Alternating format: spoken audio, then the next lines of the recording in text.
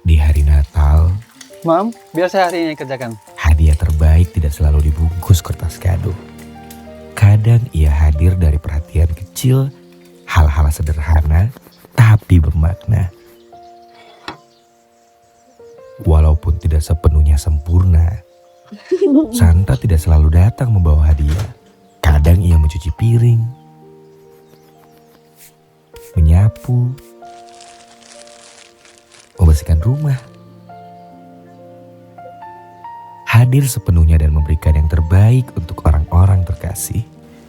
Natal mengingatkan kita untuk melihat sekitar dan peduli mulai dari lingkungan terdekat. Tidak ada karung penuh hadiah, melainkan usaha nyata untuk memperbaiki keadaan. Namun, tidak semua masalah harus diselesaikan sendiri. Ada hal-hal yang menjadi lebih ringan saat dilakukan bersama-sama. Dan seringkali, ia memberi dampak yang nyata. Ini untuk Daddy. Oke, makasih. Hadiah terbaik tidak harus paling mahal.